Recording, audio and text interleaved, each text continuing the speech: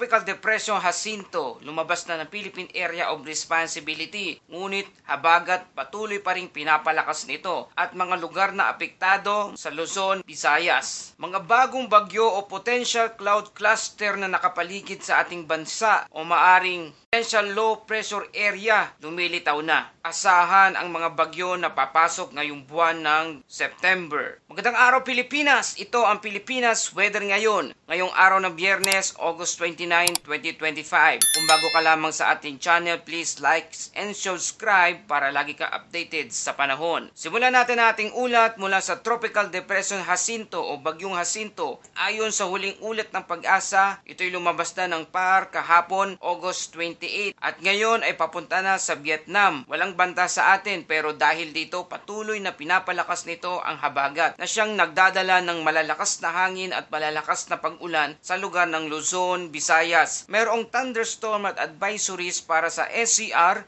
Bulacan, Pampanga, Rizal, Laguna, Bataan, Zambales, Nueva Ecija at Tarlac. Kaya kung lalabas kayo, magdala kayo ng payong at patuloy mag-ingat sa bawat lakad. Ngayon naman, mayroong mga bagong cloud cluster na binabantayan. Isa sa silangan ng Luzon, isa sa timog silangan ng Palau. May posibilidad na maging low pressure area o LPA at posibleng maging bagyo ito na papasok sa Philippine Area of Responsibility sa unang linggo ng Setyembre. Potensyal na pangalan na maaring pumasok na unang bagyo ay Bagyong Kiko. May isa pang potensyal na bagyo sa West Philippine Sea na minomonitor natin pero hindi papasok ito at maaring tumaas o patungo sa Hong Kong o Hainan, China. Stay alert po tayo mga kababayan dahil subject to change pa ang forecast na ito. At para sa ating weather outlook, ngayong weekend August 29 to 31, dala ng habagat ang maulang kondisyon sa Southern Luzon, Visayas at Mindanao. At sa iba pang bahagi ng Luzon, may isolated rain shower o thunderstorm. Sa September 1 and 2 naman, posibleng may LPA East Central Luzon na magdadala ng ulan sa Cagayan, Isabela, Aurora at Quirino. At para sa ating forecast sa Metro Manila,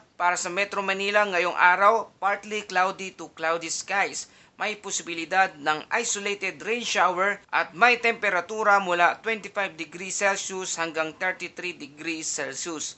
Banayad hanggang katamtaman ang hanging southwest sa weekend. Ganun pa rin mawawala ang ambon at kulog pagdating ng September 1. 100% na ang tsansang umulan sa buong araw. Tandaan po natin mga kababayan, taon-taon ang ating bansa ay binibisita ng mga bagyo na may bilang na 19 to 20 bagyo sa bawat taon o tropical cyclone na pumapasok sa Philippine Area of Responsibility. At kalahati nito ang nakakaapekto sa ating bansa. Ang buwan ng Setyembre ay isa sa pinaka-hot o pinaka-peak na buwan ng buong taon. At ang katunayan niyan, ilang pangyayari noong nagdaang panahon, ang Bagyong Clara noong 1981 na nagdulot ng malaking pinsala at 200 katao ang namatay sa trahedyang iyon. Noong September 1929 din, isang bagyo rin ang nagdulot ng malawakang baha pati problema sa water supply ng Maynila. Kaya ngayon, hindi tayo pwedeng maging kampante. Pero ganun pa man, sa kabila ng mga pangyayari iyon, patuloy tayong binibigyan ng kalakasan ng ating Panginoon mula sa Awit 46 verse 1,